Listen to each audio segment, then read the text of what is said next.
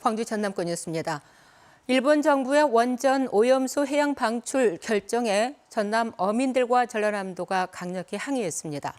전국 총 어업 생산량의 절반 이상을 차지하는 전남으로서는 국내 수산물에 대한 불신이 생길 경우에 직접적인 타격이 우려되고 있습니다.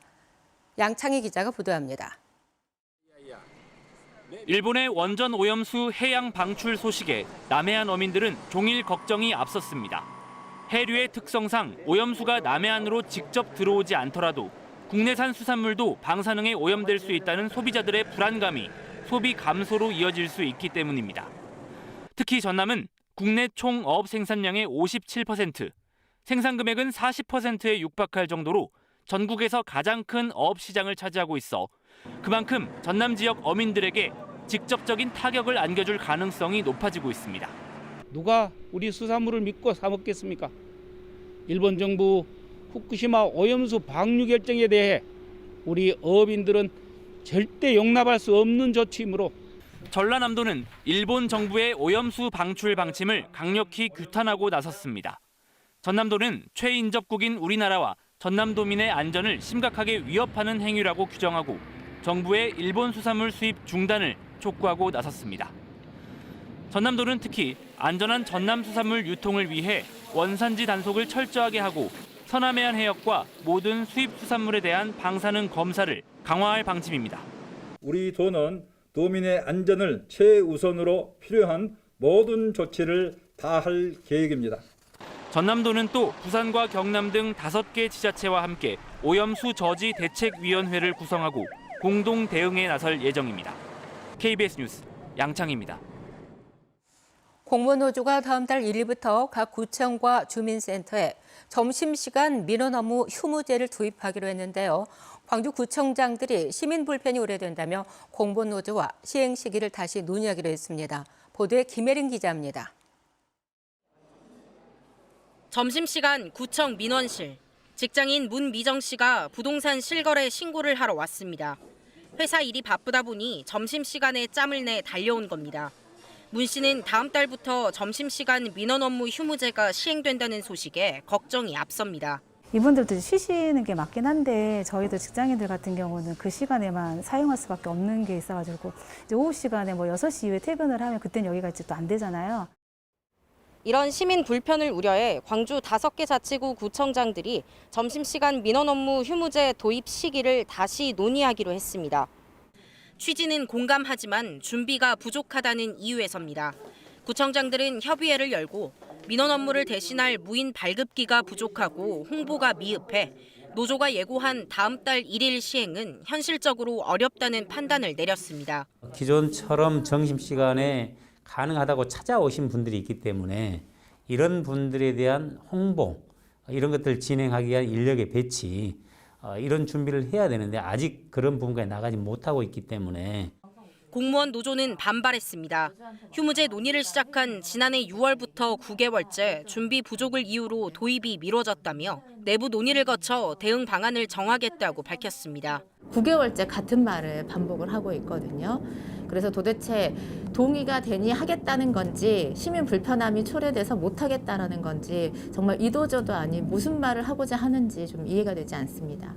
구청장 협의회는 공무원 노조와 협의해 휴무제 시행 시기를 조정하겠다는 입장이지만 양측의 입장차가 분명해 적잖은 진통이 예상됩니다. KBS 뉴스 김혜린입니다. 밤사이 광주 전남에서 코로나19 신규 확진자 4명이 발생했습니다. 광주에서는 서울 송파구 확진자와 관련해서 1명이 추가로 확진됐고 안양 확진자의 가족 1명도 광주 신규 확진자로 분류됐습니다. 이따라 서울 송파구 확진자와 관련한 광주와 전남 지역의 확진자는 광주 13명, 전남 2명으로 집계돼 모두 15명으로 늘었습니다. 오늘 새벽 순천에서는 감염 경로가 확인되지 않은 확진자 2명도 발생했습니다. 5.18 민주화운동 최후 항쟁지인 옛 전남도청에 남아있는 탄원에 대한 정밀조사가 이루어져 왔는데요. 당시 계엄군이 쏜 것으로 추정되는 탄두와 탄원이 발견됐습니다. 시민군의 마지막 항쟁 모습과 계엄군의 진압 작전 상황을 추정할 수 있는 실마리가 될 것으로 기대됩니다. 김정대 기자입니다. 5.18 당시 시민군이 최후 항전을 벌였던 옛 전남도청. 건물 복원 과정에서 탄흔으로 의심되는 지점 수백 개가 발견돼 정밀 조사가 진행돼 왔습니다. 감마선 촬영과 금속 탐지, 사격 재현 실험 등 9개월에 걸친 조사 결과 총 924개의 흔적을 찾았는데 실제 10개 지점에서는 벽 안에 탄두가 확인됐고 유력한 탄흔으로 추정되는 곳도 70여 개로 분석됐습니다. 탄흔일 가능성이 존재해 추가 조사가 필요한 곳도 450여 개에 달합니다. 서묵과 같은 경우에는 이제 가장 유력한 대상이었고 과거의 사진에도 탄흔부의 형상이 기록이 되어 있고 그리고 열화상 탐사 결과에서도 탄흔이 존재하는 것을 확인할 수 있었고 확실한 증거인 탄두가 발견된 지점은 옛 도청 본관 내부 서무가와 경찰국 본관 건물 외벽 이 가운데 5개 지점에서 탄두를 발굴해 성분을 분석한 결과 5.18 당시 계엄군이 사용한 M16 탄두로 확인됐습니다. 저희들이 국가수하고 교차 검증을 충분히 거쳤습니다. 서무과 쪽에서 나온 거는 확실히 M16으로 규명이 됐고요. 경찰국 뒤에 있는 것도 전문가들뿐만 아니라 대부분은 그 M16이라고 이야기를 합니다. 옛 전남도청 보건추진단은 발굴된 탄두와 탄흔을 연구 보존 처리해 사료로 남기고 나머지 탄흔 추정 흔적에 대해서는 추가적인 조사와 검증을 진행할 예정입니다. KBS 뉴스 김정대입니다. 자신의 회고록에서 5.18 헬기 사격 목격자를 거짓말쟁이라고 비난해 명예를 훼손한 혐의로 1심에서 유죄 판결을 받은 전두환 씨의 항소심 재판이 다음 달 시작됩니다. 광주지방법원 형사 1부는 전 씨의 항소심 첫 공판 기일을 다음 달 10일 오전 10시 반으로 지정하고 201호 법정에서 재판을 열기로 했습니다. 전 씨의 출석 여부와 방청 방식 등은 아직 결정되지 않은 상태입니다. 5월 단체가 5.18 왜곡 발언으로 물의를 빚은 위덕대 박훈탁 교수의 사과에 진정성이 없다고 비판했습니다. 5.18 기념재단과 5월세 단체는 어제 성명을 내고 수업 도중 5.18을 북한군 범죄라고 왜곡한 박 교수가 어제 발표한 사과문에서 자신의 발언을 학문적 입장으로만 포장하고 5.18 허위 사실 유포에 대해서는 사과하지 않았다며 진정성이 없다고 주장했습니다. 5월 단체는 위덕대 측도 공식 사과하고 박 교수를 퇴출해야 한다고 주장했습니다.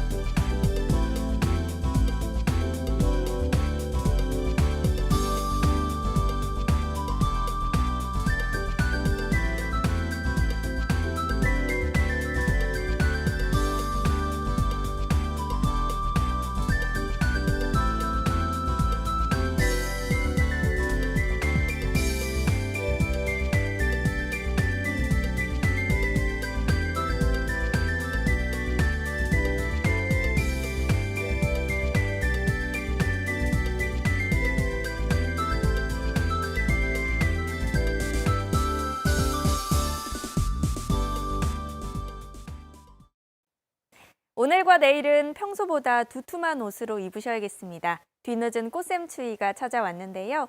아침 최저 기온이 어제보다 6, 7도가량 낮은 기온 보였습니다. 해가 뜨면서 기온이 빠르게 오르고는 있지만 낮 기온도 여전히 평년 기온을 밑돌겠고요. 추위는 내일 아침까지 이어지다가 낮부터 누그러지겠습니다.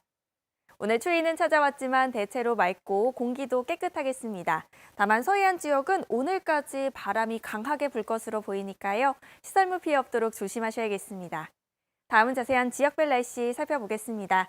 아침 기온 담양이 9도, 장성이 8도 가리키고 있습니다.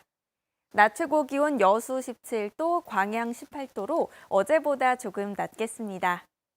목포의 낮 최고 기온 13도, 영암 15도, 장흥 17도가 예상됩니다. 신안을 비롯한 그 외 도서 지역은 13도 안팎에 머물겠습니다.